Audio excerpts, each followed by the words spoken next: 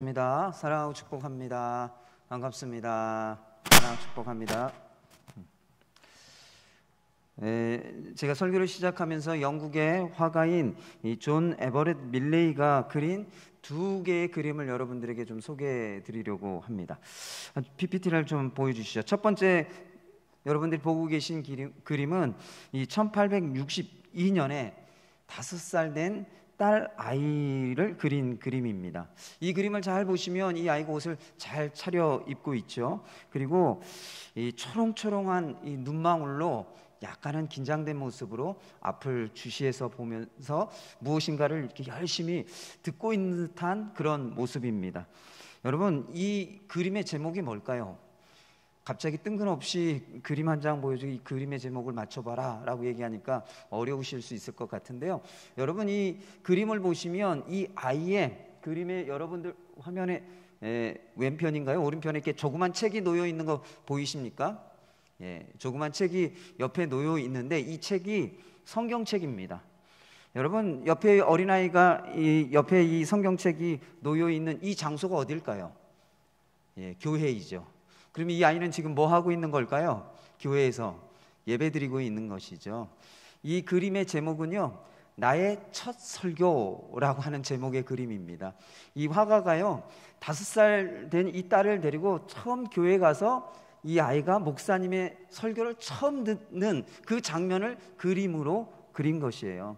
이 아이를 보면 어떻습니까? 앞에 목사님을 주시해서 보고 또 이렇게 무슨 말씀인지는 잘 이해는 하지 못했겠지만 열심히 경청하고 들으려고 하는, 집중해서 들으려고 하는 그런 모습을 우리가 볼 수가 있죠. 이 화가가요, 2년 뒤에 이 그림의 속편 두 번째 그림을 그렸습니다. 두 번째 그림 보여주시겠어요? 네. 그림을 보시니까 어떤 이야기를 하고 있는지 조금 감이 오시죠? 이 아이가 목사님의 설교를 듣고는 있는데 너무 재미없고 지루해서 졸고 있는 모습이에요. 첫 번째 그림에서는 아주 초롱초롱한 눈망울로 긴장된 모습으로 이 목사님을 주목하고 주시해서 바라보면서 이렇게 무엇인가 열심히 들으려고 했던 모습이었다고 한다면, 두 번째 모습은 너무 목사님의 설교가 재미가 없고 지루하고 졸려서 졸고 있는 그런 모습입니다. 여러분, 이 두 개의 그림을 보면 어떻습니까? 우리가 예배 드릴 때 우리의 모습, 말씀에 대한 우리의 반응을 이렇게 보여주고 있는 그런 그림이라고 생각이 되어집니다. 여러분들이 보신 그림 가운데 이 첫 번째 모습은 설교를 집중해서 듣고자 하는 그런 모습이죠.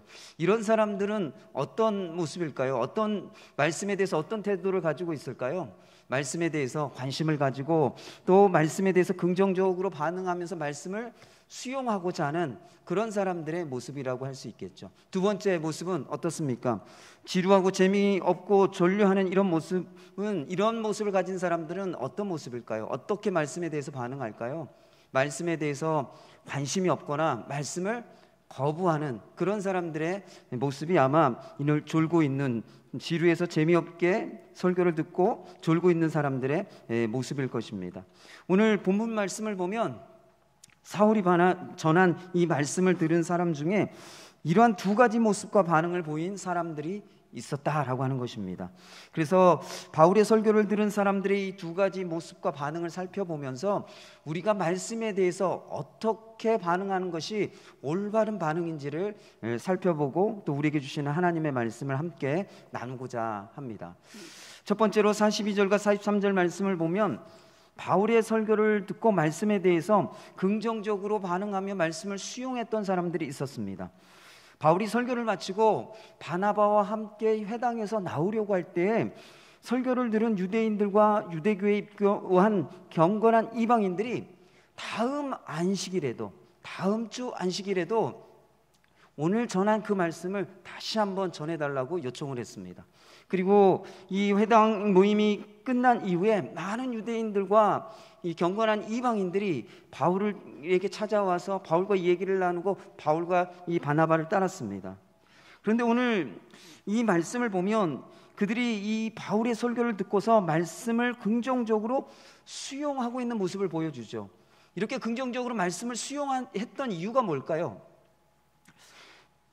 그것은 이 유대인들과 경건한 이방인들이요, 매주마다 안식일에 이 회당에서 예배를 드릴 때 유대교 랍비들이 형식적인 강론을 하는 것, 그것에 너무너무 지루하고 너무너무 재미없고 늘 뻔한 얘기만 들었기 때문에, 그래서 설교에 식상해 있었기 때문에 바울이 전하는 이 설교에 대해서 새롭게 듣고 또 그 설교에 대해서 관심을 가지게 되었다라는 것입니다.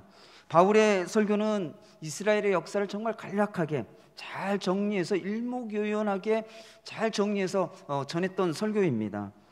게다가 이 바울의 설교는 당시 회당의 랍비들이 이 유대교의 그 지키던 율법에 대한 가르침을 늘 전했는데, 이 바울의 설교는 그런 가르침이 아니었습니다.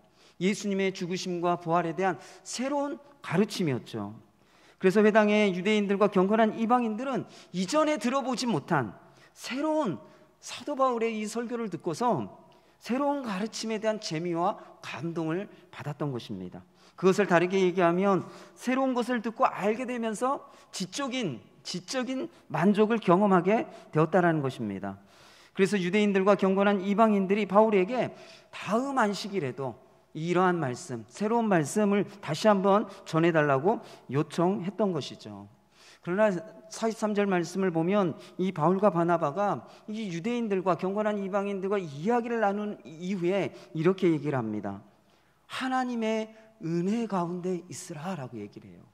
지금 새로운 것을 듣고 지적인 만족으로 감동과 재미를 느끼고 말씀에 대해서 다시 듣고 싶어하는 이들에게 사도 바울이 한 얘기는요, 하나님의 은혜 가운데 있으라 라고 하는 것이었습니다. 사도 바울이 말한 이 하나님의 은혜가 무엇입니까? 사도행전 13장 38절과 39절 말씀에 보면 예수님이 십자가에서 죽으시고 부활하셨죠. 그 예수님을 힘입어서 죄사함을 받고 믿는 자마다, 예수님을 믿는 자마다 의롭다함을 받는다라고 하는 것이 바로 이 사도 바울이 얘기하고 있는 하나님의 은혜입니다. 그래서 이 하나님의 은혜 가운데 있으라고 하는 이 말은 예수님을 믿음으로 죄사함을 받고 의롭다 하심을 받는 이 은혜를 나에게 적용해서 이 은혜를 경험하라라고 하는 의미이죠. 사랑하는 성도 여러분, 말씀에 대한 올바른 반응은요, 새로운 가르침을 깨달은 것 때문에 감동하고 그것에 만족하는 것이 아닙니다. 새로운 사실, 성경적인 어떤 지식을 알게 되었다라고 하는 것으로 만족하는 것이 아니라 들은 말씀, 그 말씀을 나에게 적용하여 하나님의 은혜를 경험하는 것, 그것이 말씀에 대한 올바른 반응이라는 것입니다. 어느 시골 교회에서 한 목사님이 취임하셔서 첫 취임 예배 때 설교를 하게 되셨습니다. 이 새로운 목사님이 취임 예배 때 하신 이 설교는 아주 감동스럽고 놀라운 설교였습니다. 그래서 성도들이 모두 다 은혜를 받고 너무너무 기뻐했습니다. 그리고 이 새로 오신 목사님을 보면서 좋아하고 정말 우리 교회에 좋은 목사님이 오셨다라고 생각하고 아주 좋아했습니다. 그리고 한 주간이 지나서 두 번째 주일이 되었습니다.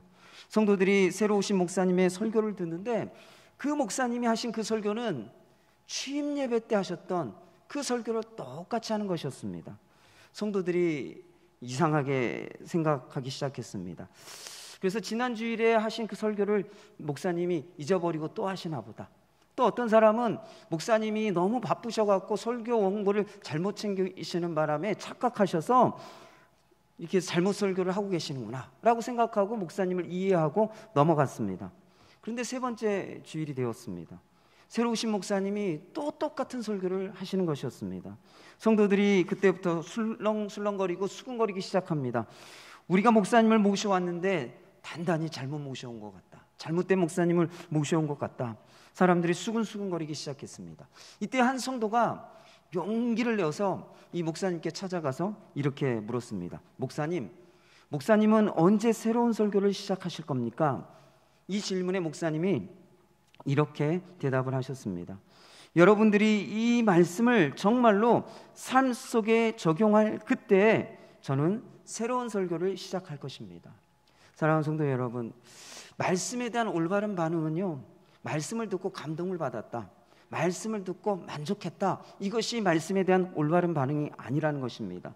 말씀에 대한 올바른 반응은 성경에 기록된 말씀이든 선포된 말씀이든 그 말씀을 나에게 적용해서 하나님의 은혜를 경험하는 것, 그것이 말씀에 대한 올바른 반응이라고 하는 것입니다. 그렇다고 한다면 여러분, 우리가 하나님 말씀에 대해서 올바르게 반응하고 있는지 우리가 어떻게 알 수가 있을까요?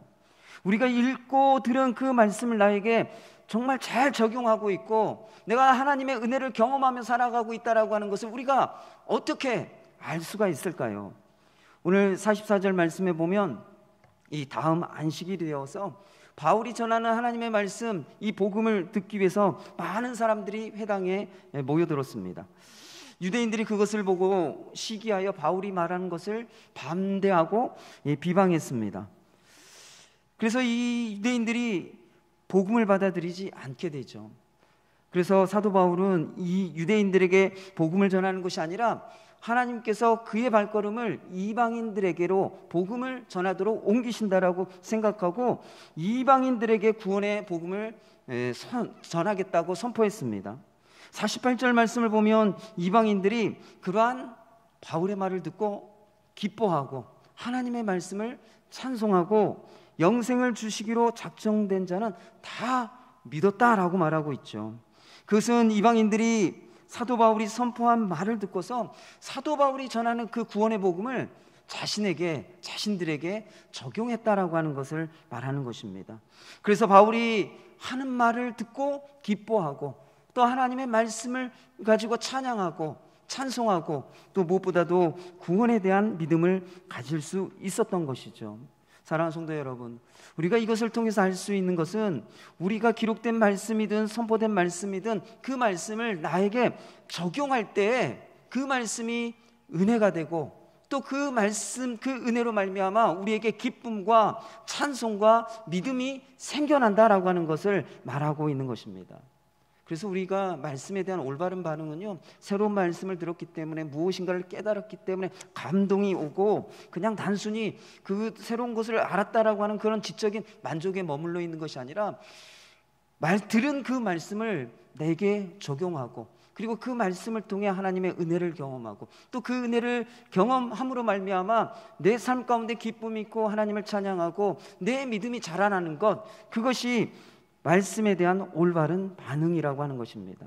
사랑하는 성도 여러분, 신앙생활을 하면서 여러분들이 기록된 말씀을 읽거나 또는 이 설교 말씀을 들으면서 그 말씀 때문에 여러분들이 기쁨이 있으십니까?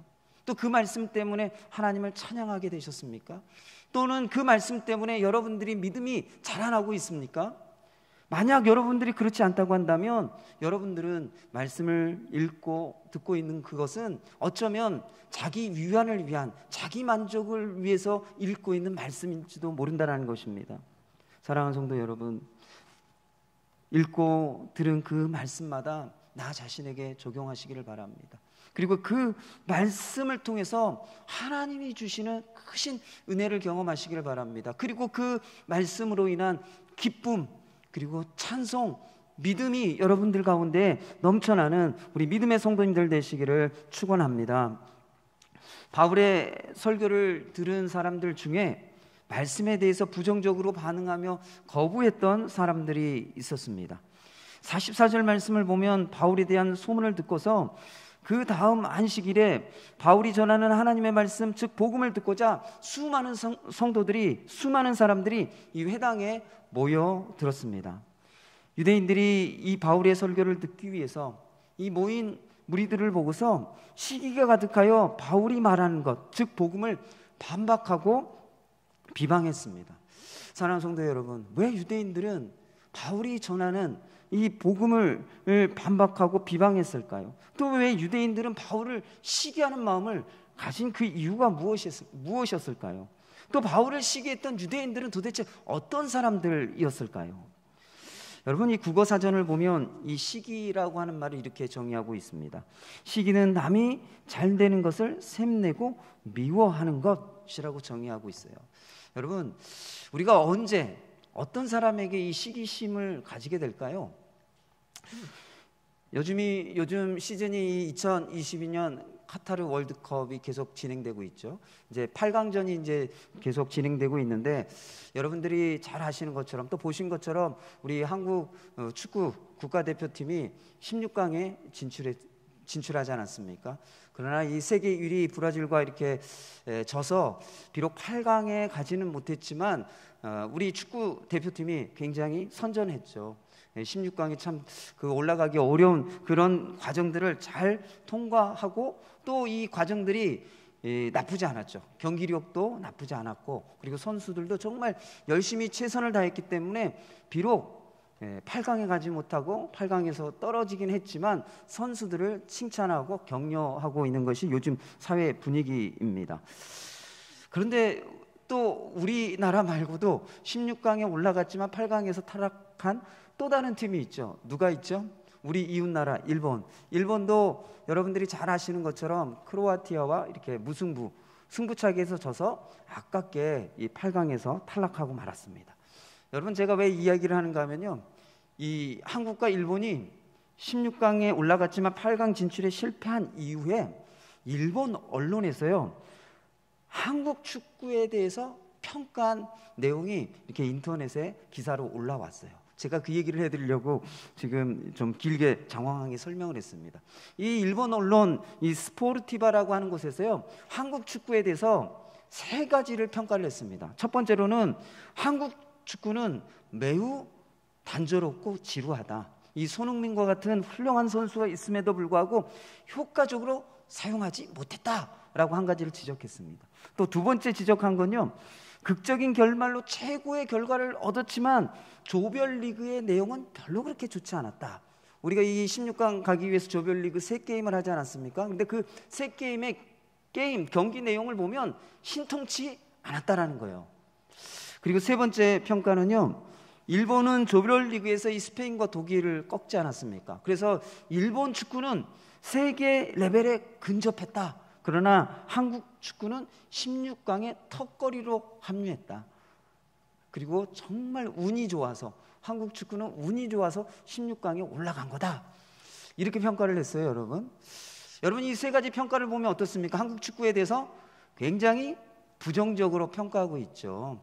저희 많은 분들이 얘기하기를, 우리 이번에 월드컵 16강에 올라간 경기 내용을 보면 그 전에 월드컵에 나가서 게임했던 내용보다 훨씬 더 괜찮았다, 좋았다라고 하는 게 대부분의 이 평가예요. 그런데 일본은요, 우리 한국 축구에 대해서 굉장히 폄하하고 낮게 평가를 했어요. 왜 이럴까요, 여러분? 왜 이럴까요? 그 이유가 뭐예요? 시기심 때문에 그렇죠. 시기심 때문에.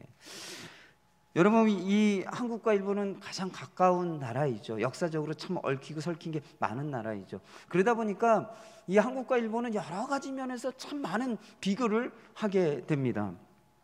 그래서 이게 서로 좀 잘하는 것을 칭찬해주고 격려해주고 인정해주면 좋은데, 왠지 모르게 잘하는 것을 좀 깎아내리고 싶은 그런 마음이 있어요. 저도 이제 그런 마음이 좀 있었는데요. 일본하고 이 크로아티아하고 이렇게 경기를 할 때 저는 기도까지는 안 했는데 빌었습니다. 일본 지기를. 기도까지는 안 했어요. 그런데 일본이 지기를 간절히 이렇게 빌었습니다. 왜요? 일본이 8강 올라가면 얼마나 기고만장해져갖고 우리나라를 깔볼까, 얼마나 교만해져갖고 우리 축구를 무시할까, 이런 생각 때문에 져야 된다. 저는 마음속으로 속으로 그렇게 간절히 빌었습니다. 그래도 감사하게 졌어요. 여러분, 이런 마음이 왜 드는 거예요? 시기심 때문에 그런 거죠. 시기심. 여러분, 이 시기심이라고 하는 것은요, 멀리 있는 그런 사람을 향하여 시기심을 갖는 게 아니라 늘 가까이 있는 사람, 주변에 있는 사람, 비교가 될 만한 사람들을 향하여 이 시기심이라고 하는 것을 갖는다라는 겁니다. 이 이웃 나라인 일본, 이 민족 나라와의 관계뿐만이 아니라 가까운 사람에게서도 이런 시기심을 우리가 경험하고 느낄 때가 많아요. 늘 함께 직장에서 일하고 밥 먹고 차 마시고 이렇게 늘 함께 일하던 동료, 친구가 어느 날 승승장구해서 계속 승진해요. 그럴 때 여러분 어떤 마음이 들까요? 한편으로는 축하하는 마음도 들지만 한편으로는 좀 깎아내리고 싶은 마음도 들죠. 운이 좋아서 운이 좋아서, 나도 쟤랑 비슷한데 참 쟤는 운이 좋아, 그래서 계속 쭉쭉쭉 올라가네.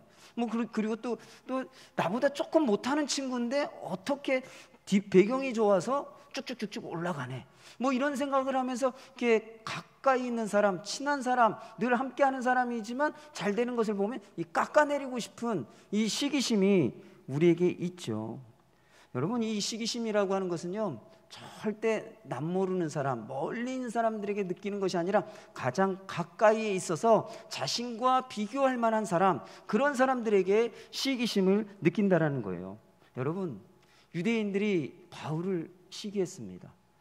도대체 이 바울을 시기했던 유대인들은 도대체 어떤 사람들이었을까요?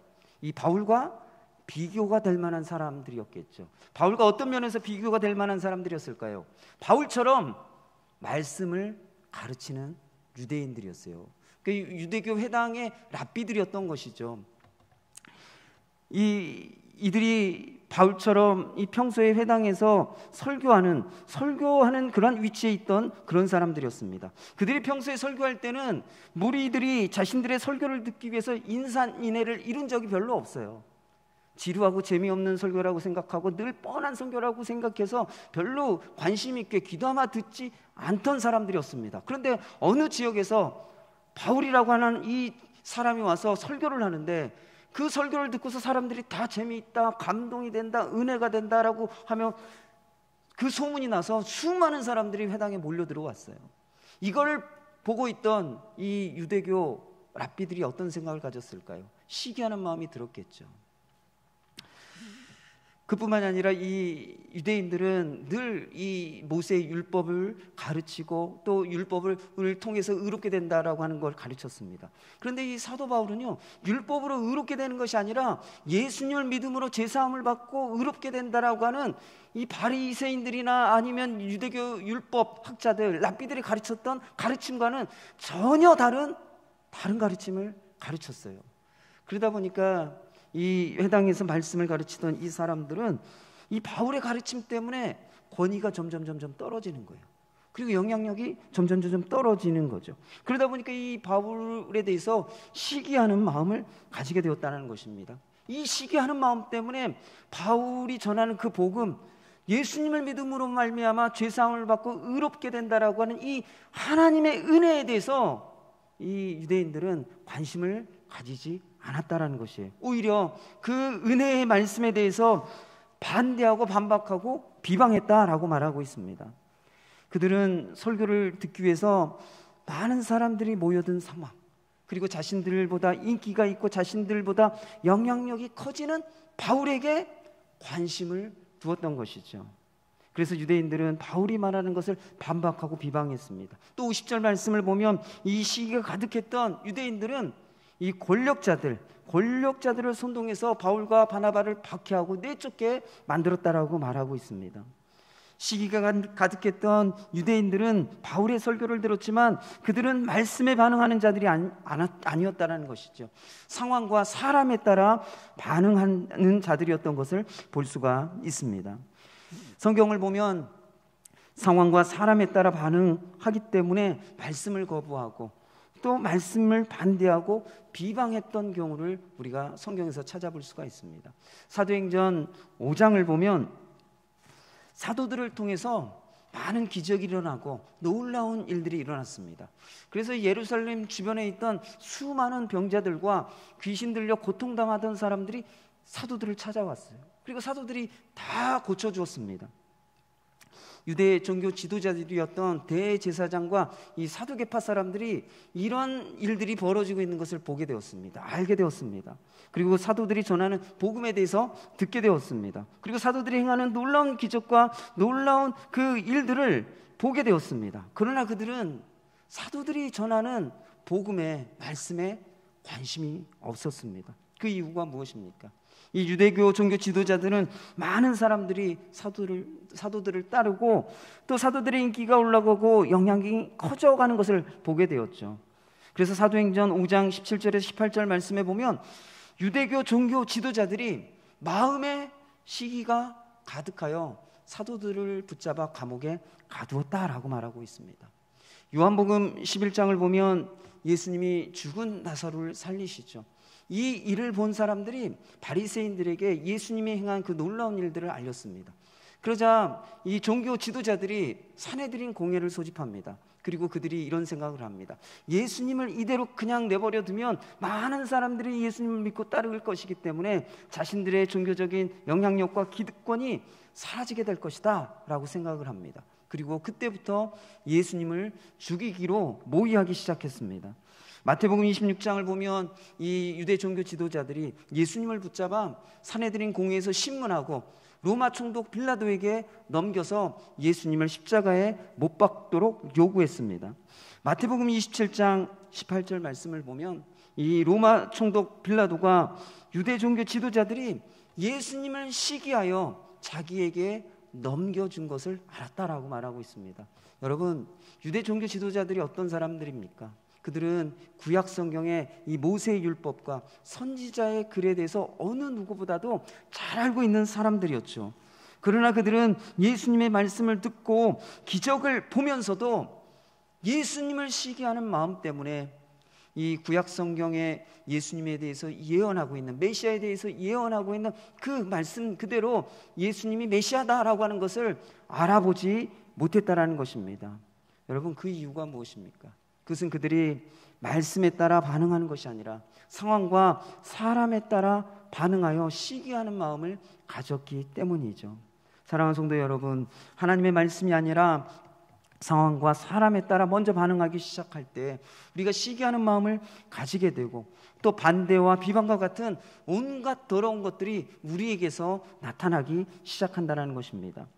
오늘 본문 말씀 46절에서 48절까지의 말씀을 보면 유대인들이 시기가 가득하여 바울이 전하는 말을 반박하고 비방했습니다. 그때 바울은 상황과 사람에 따라 반응하지 않았습니다. 바울은 이사야 49장 6절 말씀, 그 말씀을 인용하고 있는 것을 우리가 볼 수 있는데 이 말씀에 따라 상황과 사람에게 이 말씀을 적용하고 유대인들이 복음을 거역하고 거절하기 때문에 자신은 이방인들에게 복음을 전하겠다라고 이야기하고 오늘 50절과 51절 말씀에 보면 이고니온으로 갔다라고 말하고 있습니다. 바울과 바나바는 자신들을 시기하여 반박하고 비방하는 유대인들에게 그 상황과 사람에 따라 반응하는 것이 아니라 하나님의 말씀을 적용하여 말씀에 따라 반응하고 있는 것을 볼 수가 있죠. 그래서 빌립보서 2장 14절 말씀과 같이 이 바울과 바나바는요, 시기하는 유대인들에게 원망과 시비가 없었다라고 하는 것을 우리가 볼 수가 있습니다. 마지막으로 말씀을 좀 정리하면서 이 모차르트의 일화 한 가지를 여러분들에게 좀 소개해 드리려고 합니다. 이 모차르트는요, 음악을 배우러 오는 사람들에게 항상 이렇게 말을 했다고 합니다. 예전에 다른 데서 음악을 배운 적이 있습니까? 그렇다면 수업료를 2배를 내십시오. 그러나 배운 적이 없다면 수업료를 반만 내십시오. 이상하죠? 어디 가서 음악을 배운 적이 있으면 수업료를 2배 내고 음악을 배운 적이 없으면 수업료의 반만 내라고 하는 것이 이 모차르트가 음악을 배우러 오는 사람들에게 하는 이야기였습니다. 그래서 사람들이 항의를 했습니다. 왜 음악에 대해 모르는 사람에게 수업료를 반만 받고 이미 잘 아는 사람에게 2배나 받습니까? 이렇게 막 항의를 했어요. 그랬더니 이 모차르트가 이렇게 대답을 했다고 합니다. 음악을 아는 사람은 잘못된 것을 알고 있기에 그것을 지우려면 내가 애를 먹으니까 2배를 받아야 합니다. 그러나 음악을 모르는 사람은 내가 원하는 대로 가르칠 수 있기에 노력이 적게 듭니다. 여러분, 이 얘기가 무슨 얘기인 줄 아세요? 잘못된 습관이 들잖아요. 그럼 그 습관을 고치기가 어렵다라는 거예요. 잘못된 습관이 한번 들면 그 습관을 고치는 데는 많은 노력과 많은 시간이 필요로 한다라고 하는 것을 이야기하고 있죠. 사랑하는 성도 여러분, 제가 왜 이야기를 한 줄 아세요? 우리가 예수님을 믿었음에도 불구하고 오랫동안 신앙생활을 했음에도 불구하고 우리는요, 상황과 사람에 따라 반응하는 것에 익숙하고 그것이 우리의 습관이 되어 있습니다. 그래서 말씀을 가지고 상황을 보고 말씀을 가지고 사람을 바라보는 것이 쉽지 않다라는 거예요. 많은 사람들이 오랫동안 예수님을 믿었지만 오랫동안 하나님의 말씀을 읽고 듣지만 변화되어지고 바뀌어지지 않는 그 이유가 무엇인 줄 아세요? 상황과 사람에 따라 반응하는 것, 그것에 익숙하고 그 습관에 따라 우리가 신앙생활하고 있기 때문이라는 것이에요. 사랑하는 성도 여러분, 말씀에 대한 올바른 반응은요, 상황과 사람에 따라 반응하는 것이 아니라 상황과 사람에게 말씀을 적용하는 것입니다. 나를 미워하는 사람에게 말씀을 적용해서 그를 사랑하고, 내게 원수 같은 자들에게 말씀을 적용해서 그들에게 선을 베푸는 것, 그것이 성경이 우리에게 말하고 있는 말씀에 대한 올바른 반응의 모습이고 태도라는 것입니다. 그런데 우리는 이게 잘 안 돼요.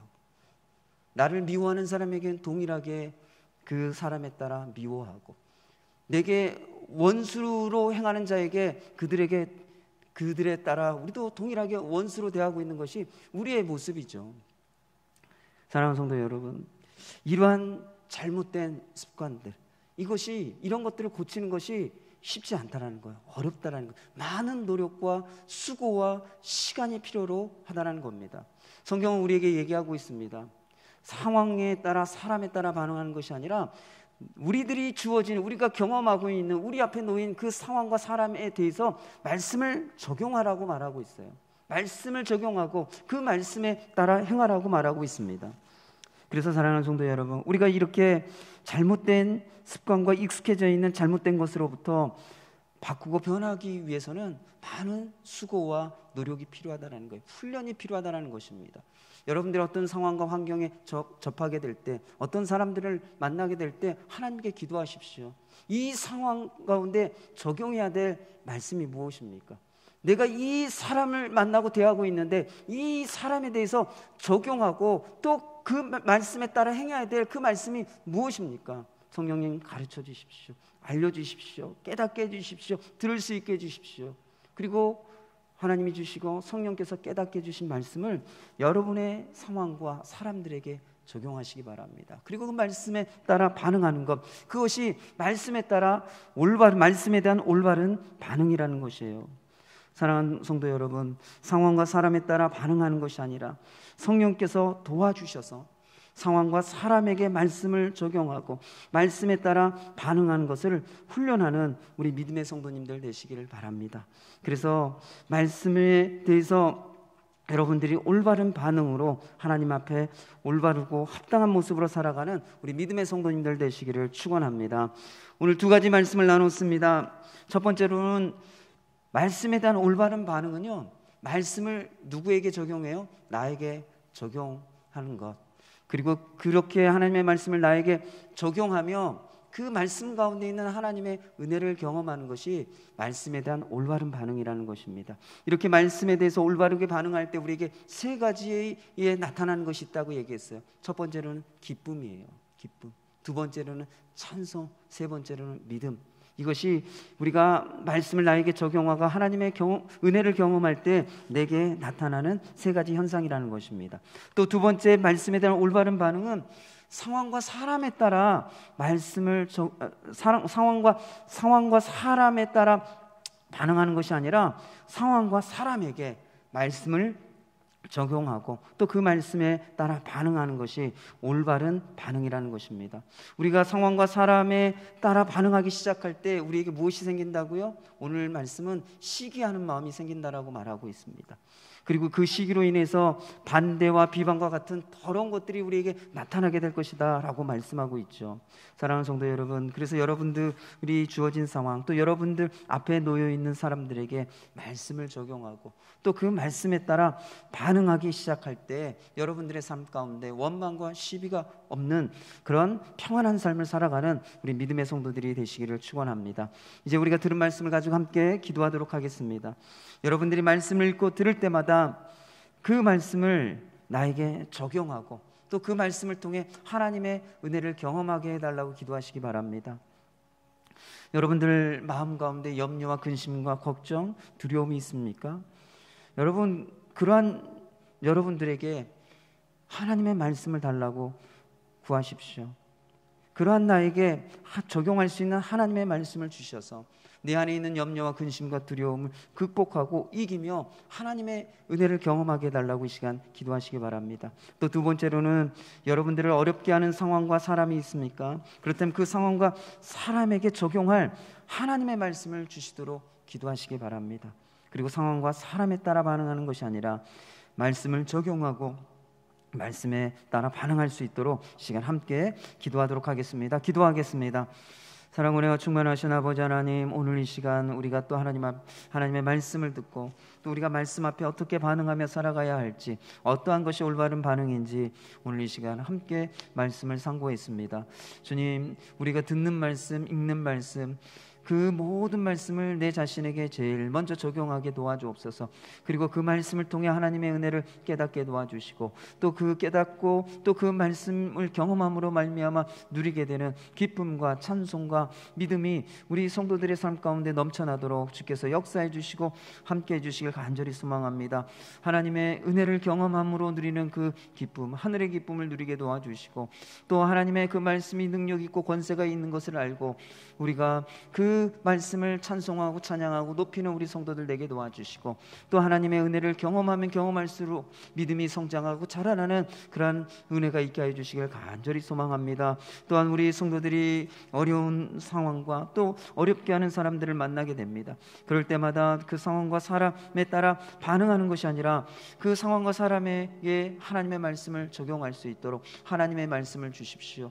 미워하는 자를 미워하는 것이 아니라 미워하는 자를 사랑하라고 하는 말씀을 우리에게 허락하여 주시고 또 우리의 원수된 자들에게 원수를 갚는 것이 아니라 그들에게 선을 대하며 악으로 선을 이기는 그러한 은혜가 무엇인지를 깨닫고 또 그 말씀으로 우리가 승리의 삶을 살아가고 또 우리의 삶에 여전히 상황과 사람에 따라 반응하는 우리의 잘못된 오래된 습관들을 바꿔가고 변화시켜가는 우리 성도들 되게 하여 주시길 간절히 소망합니다.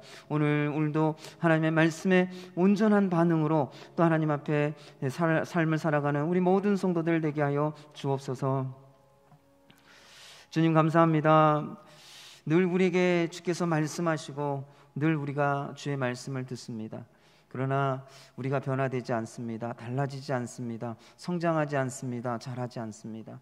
주님, 우리의 그러한 모습들을 주님 보게 하시고 또 오늘 이 시간 말씀에 대해 우리가 어떻게 반응해야 하는지 다시 한번 깨닫는 시간 되게 도와주옵소서.